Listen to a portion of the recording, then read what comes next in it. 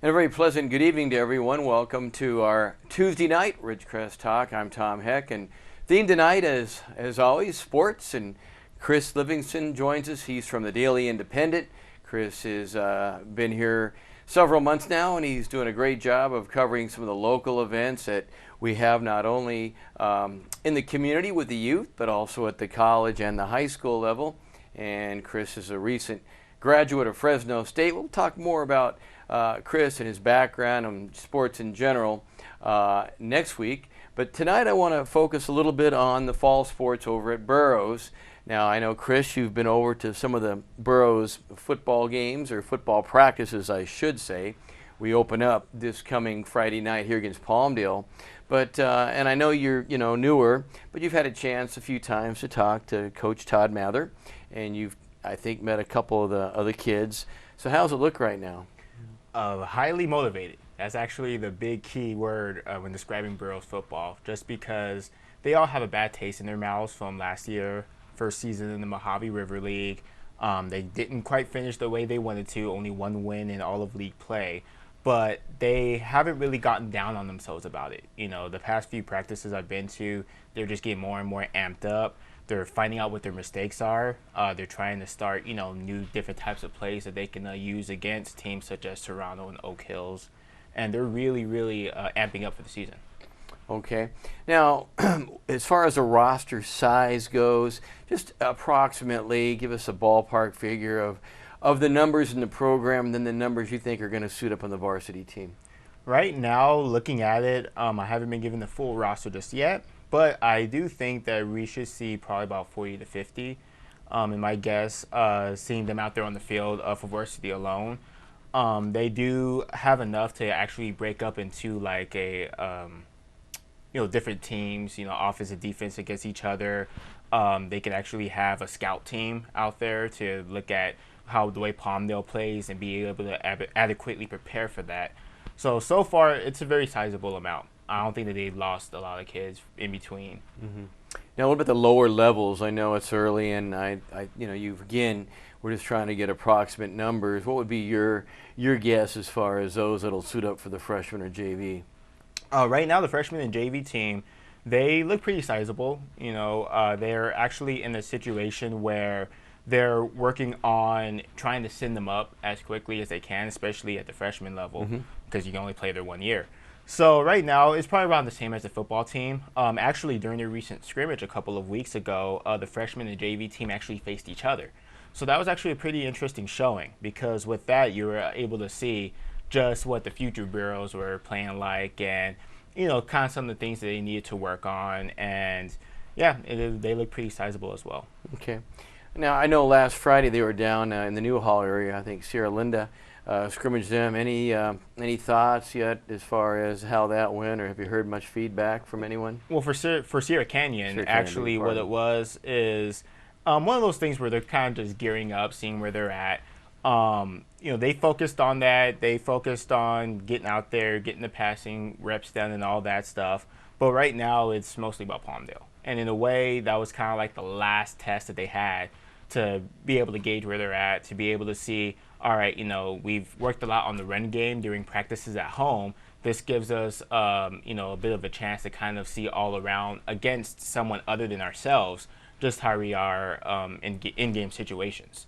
So now, in your opinion, do you think, and just kind of from what you've seen, are we going to be a little bit more ground-oriented than usual, or you think it's going to be an even attack, or is it going to be the kind of the Air Mather attack? Any idea? You can expect to see a bit of a balance. They are going to try to go to the ground more.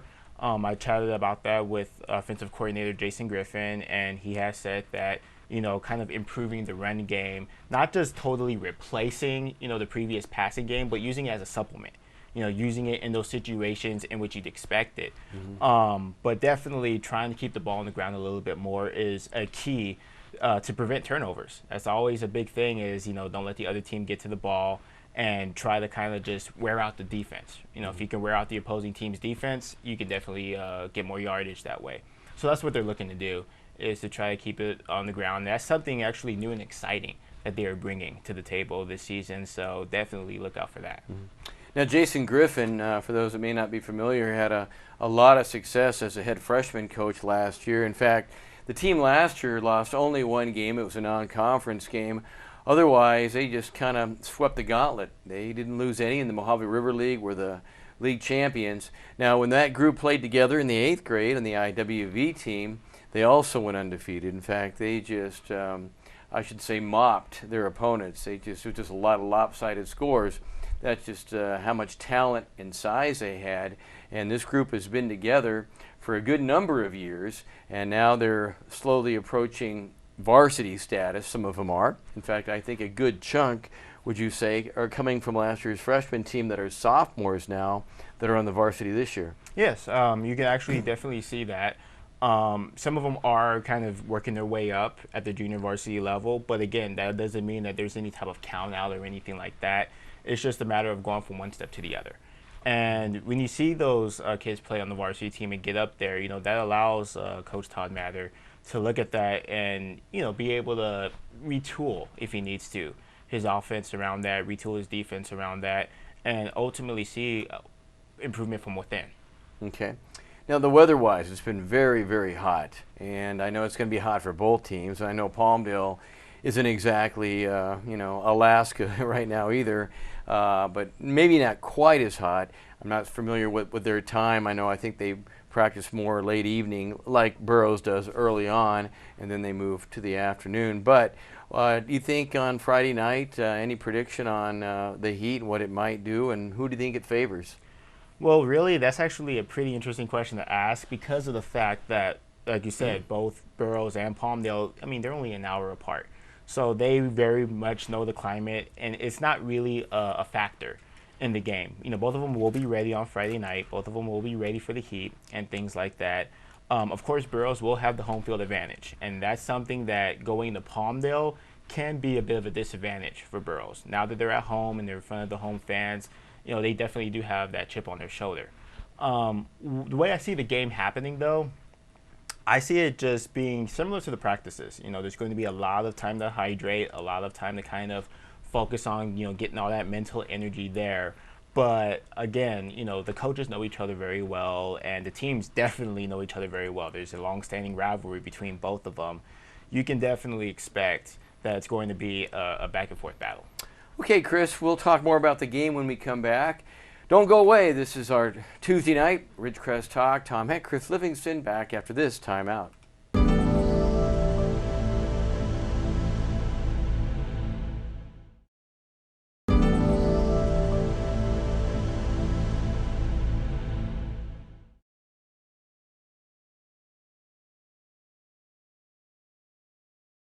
And we're back. Welcome to Tuesday night Ridgecrest Talk. If you just tuned in, our theme is sports. Chris Livingston, the sports editor of the Daily Independent. And as I mentioned as we began the show tonight, that he's been very involved in the community as far as getting word out of different events coming up, covering those events, junior high, high school, and the youth. And now he's kind of revving up for what one of our biggest sports events of the year, the season, Burroughs football. So let's talk about the game itself. Now, the Palmdale Falcons, very good. They're a couple divisions higher than Burroughs, and don't know what the enrollment is this year. I know the numbers have been kind of steady at Palmdale, believe close to 2,800, 2,700, but not exactly sure where that is, which isn't crucial. When you talk about a football game, it's 11 on 11. It sure helps to have a lot of folks to choose from, though, on the student body. But this program under Jeff Williams has had all kinds of great success. In fact, 2 years ago, they got into the semifinals. They were one game away from actually getting on television on that Friday night for a championship game. And last year, very competitive, but if memory serves me right, they went out early in the playoffs. It wasn't all that long ago that they went undefeated and were beaten in the first round of the playoffs about 4 years ago. So, long story short, they're a program that is very familiar with success. They've done very well in the Golden League. And have you heard anything from the Palmdale camp? Well, they're definitely looking to continue their run. They're definitely a strong team. Like you said, they've been pretty strong for a while, and they don't really look like as if they're showing any signs of backing down, slowing down, or anything like that. So it's one of those things where they're trying to look for consistency. They're trying to stay consistent. They do have quite a few returners from last year's squad, so that allows them to continue what they were doing last year. And again, it will be a test for Burroughs seeing that. Mm-hmm. Now, Palmdale again plays in that Golden League. Years ago, Burroughs was a member of that Golden League and would play down there. And non-conference-wise, people ask, well, where do they get their schedule? How do they do that? Well, what has kind of become over the years are 2-year contract deals where they'll play 1 year away and the next year home. That way it pretty much guarantees teams games. There are teams that do have trouble, fielding non-conference games to try to fit in weeks. But for Burroughs, it's gone pretty well. They're going to play the same 5 non-league opponents as last year. They'll open up this Friday night at home with Palmdale. Then they'll go on the road to a very tough place to play, Tehachapi. And Steve Denman has been there probably since they opened up the city of Tehachapi and has done a great job. One of the winningest football coaches in all of California, and a program that gives you a different look in that double wing. So I bring all this up to say that this week Burroughs is going to have a lot of skilled athletes to have to defend. That's Palmdale's makeup. And the next week they're going to have a whole completely different look on a team like Tehachapi. So I don't know, you have to kind of pick your poison. Do you want to face a team that is more precision execution, a lot of discipline, or would you rather face a team that just has tremendous athletes with the ability to score at will when they get on? So I think that's a dilemma. If you're Burroughs, knowing Palmdale, what do you think that Todd Mather right now is concerned about? Well, definitely prevent the ball from getting in their hands, at your own cost. That's definitely a big key to it. If you can kind of just lower down the turnovers, lower down the mistakes, then you can find yourself with the ability to have that time of possession and to have that upper hand on Palmdale. It's okay when they get the ball and their offense is out there on the field and your defense goes out there and tries to battle them, but just prevent the mistakes, definitely. Because when you do face a team that has precision-skilled athletes and that can, score a massive amount of points on you, you have to realize, okay, if I can prevent that, if I can do whatever I can do to have the score go the other way, then that's what pretty much will help them win the game. And it's good, though, facing both Palmdale and Tehachapi. It's good that they have that ability to test themselves against that before they go into league play. Because once they go into league play, it's going to be just like last year. You're going to face the same teams. You're going to face the schools that probably are not looking at Burroughs in a big light as they should. And if you're able to kind of prove something against Palmdale, Tehachapi, Barstow before you do get into league play, it actually will speak volumes. Okay. Now, week 3, it'll find Garces here in Ridgecrest. Garces had a Bakersfield last year. A fairly tight game until the 4th quarter against Garces when they opened it up a little bit, but very tight otherwise. And then week 4, it'll be Paraclete. We had a very close game against Paraclete last year. That game played at Antelope Valley College. And this year, for week 5, it'll be Barstow again. Last year it was here, and we beat Barstow rather easily. In fact, it was a rather lopsided game. Barstow came into that game, Chris, 4-0. They hadn't lost, and they have a new double wing T offense, kind of like Tehachapi. They're learning how to try to run that. They didn't throw the ball at all. And Barstow actually was a number 2 team last year from the Desert Sky League, the league that Burroughs used to be in. Now, Burroughs ended up number 4 in the Mojave River League. Burroughs did not get into the playoffs. Had Burroughs stayed in that Desert Sky, they more than likely would have been the number 2 team out of the Desert Sky. So, a much tougher league, the Mojave River Conference, and it's going to be a very interesting scenario this year when we start league play. And Barstow, as I mentioned, came into that game undefeated. Barstow actually went into the playoffs and got beat in the first round. I did that game on radio for the Barstow station, and it really wasn't, Barstow was never in the game. They ran that double wing, and they didn't really have any way to adjust or have other answers, where Tehachapi has some other weapons to draw from. But Being in a tougher conference, there was some excitement last year. Your thoughts on going to a tougher conference? Highly important for growth. And, you mentioned the fact that Burroughs could have been here and there if they were in the Desert Sky League. But the thing about it is that a coach, an athletic director, they should want to see their team progress and grow. And by testing yourself in a stronger conference, that's actually very key to seeing, okay, how can we make ourselves into a perennial powerhouse? Mm-hmm. How can we get ourselves into that position where, we're facing against the tough teams, we're facing against the tough opponents, we're getting a little more airtime because, airtime never hurts. So the MRL, being in a similar area, I guess you would say, a little south over near Victorville and all that, in the Empire area, being in that area, it's actually pretty important because Burroughs is still in a close proximity, and through that, they're able to kind of just not go so far to get tougher. Okay, Chris, got to take a break. Hold that thought. I want to talk more about that when we come back. Don't go away. We're back for the third segment right after this timeout.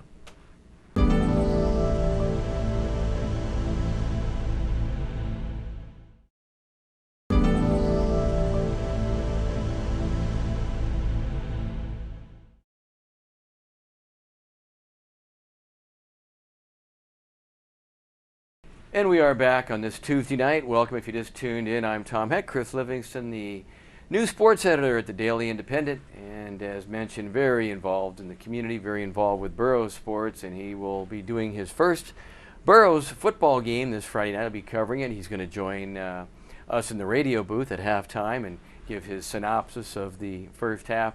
But you were talking before we left for the break that you think it's for a program to grow, it helps to be in a much stronger conference, and Absolutely. A much stronger conference we were in. How strong is the conference? Well, two of the top teams from all of the Eastern Conference last year, which encompasses about 5 different conferences, was the 2 teams in our league. Serrano, number 1, a very, very, very strong team.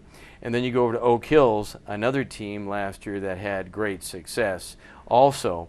Now, Serrano, if my memory serves me right, ends up losing in the championship game. Oak Hills knocked off in the semifinal game. Mm-hmm. And then you've got some other teams that, aren't that easy either. No rollovers. Apple Valley, they're going to have a brand new coach this year. Frank Police, a longtime head coach, has retired, and they have a brand new, I believe their defensive coordinator taking over there. Hesperia, very competitive. We had a great seesaw battle with them here last year. Back and forth, back and forth. We ended up losing that game and just a nail biter at the end. And then we had to play against Sultana, which the team that we should have beaten. We just didn't do what we needed to do. Sultana, the only win they had all year was that win against us. They beat us on a last-second touchdown over there in Hesperia at Sultana. And I can predict this year that we're just going to roll right over those guys. And I felt so bad for the guys and for Todd Mather after that game last year. It was just one of those nights where we just couldn't get untracked. And those losses like that, they're those losses that you remember the most. Mm-hmm. Those little nifty couple-point losses, And really, Todd Mather, he looks at that loss and he thinks to himself, well, once we get this retooled, once we get, what cost us our loss fixed up, then we'll be able to, roll over them a little bit better. And it's really a big training experience. All of last year, not discrediting anything that Burroughs did last year in the MRL, but since it was their first year there, and since it was kind of, a bit of a test run to say, okay, now we're in this new league, it's a bit of trial and error. What can we do against this team? What can we not do against this team? Now they have a bunch of film to look through. They have a bunch of, research done about all of these teams. And again, being in this tougher league, it was tough the first year. Now it's all about avoiding a sophomore slump in the MRL. Okay, yeah, that's a good way to put it. Now, also, we play this year. I don't have the schedule in front of me, but I believe that the home games this year in the league are Oak Hills, are also Sultana, and I believe we go on the road to Apple Valley, and I also believe we go on the road to Hesperia. That was that fun back and forth game last year that we had, and also, I believe that we're at Serrano because we were home last year with them. Serrano's a fun place to play over in Phelan. It's just a great atmosphere. It's a large high school facility, and it's always a lot, for whatever reason, every time we play Serrano, it's always late in the year. It's a great game, and it's always cold and windy over there, but just a great atmosphere over there to play football. So, Chris, how would you compare as far as high school football, small town versus big city? What are the advantages of being the only, show in town, only high school where kids can really go unless it's a private institution versus a place like the Antelope Valley where there's a lot of different, places out there? Do they? And you're from that area. Do they fight for kids? In a way, you could say that. There's all these zoning laws and all that stuff about where your kids can go, where they cannot go, and things like that. When you're the only game in town, it prevents a bit of an advantage and a disadvantage. The advantage, of course, being that, this is the school that all the kids are going to go to. You kind of expect those kids coming from the ranks of like IWV youth football to come and go to Burroughs. Fine, that's good. But a bit of a disadvantage is that you kind of do lose that whole option. You lose that maybe, this kid from this area that's still zoned to the school can come over here and play here and things like that. But being the only game in town definitely provides a lot of fan support. That's the big thing. Over in the Antelope Valley, you may have a parent that went to Palmdale High School, but their kid goes to Little Rock or something like that. And so they're kind of torn. Should I go to a Palmdale game or a Little Rock game? Over here in Ridgecrest, you have a huge, huge, huge fan following. And I believe one goal, at least, for Burroughs football is to bring more fans there, show them that, hey, we're fast and we're physical, and we are bringing a whole new style of football that is going to allow us to go farther. And in the end, the more fan support that goes there, the greater the team. Okay. Strength in numbers. Let me put you on the spot here. We only have a few minutes left. And I always ask head coach Todd Mather, every time we close our show on the radio, I say, Todd, give me 3 keys for success for, the upcoming game. And he comes up usually with 3 pretty good ones. Now, I know you haven't been there every day, but from what you know for Palmdale, that's kind of the area you're from, and their great tradition. And from what you've seen of Burroughs this year, what do you think are 3 specific things, you can come up with 3, that we need to do to be in the game? 3 specific things. 1, again, avoid the costly mistakes. It's okay to make mistakes on the football field, that happens, but avoid the ones that will wind up costing you key points and key yards. Number 2, definitely stay hungry. That's the really, really big thing. Just play all those minutes, get out there, put your best foot forward, and just continue to really just push the ball. And definitely, and this is probably the biggest key of them all, and that is use your strength in numbers. You're now facing them at home. You're not in Palmdale. You're in your own backyard. You're here at Ridgecrest. There's going to be fans there to watch you play.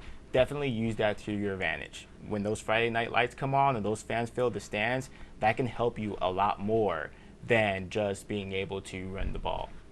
Okay, Chris, we sure appreciate you being with us tonight, and we're going to have Chris back next week, and we're going to talk a little bit about the other fall sports over at Burroughs. We're also going to talk a little bit more about Chris's background, where he went to school, and we're going to look at some of the things going on in the sports world right now. A lot of things out there. Baseball starting to head for the final lap, so to say, the bell lap as we go into September, and the NBA not very far around, along with the NFL right around the corner.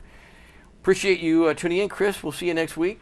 Thank you very much. Chris Livingston, I'm Tom Heck, bidding you a very pleasant Tuesday evening.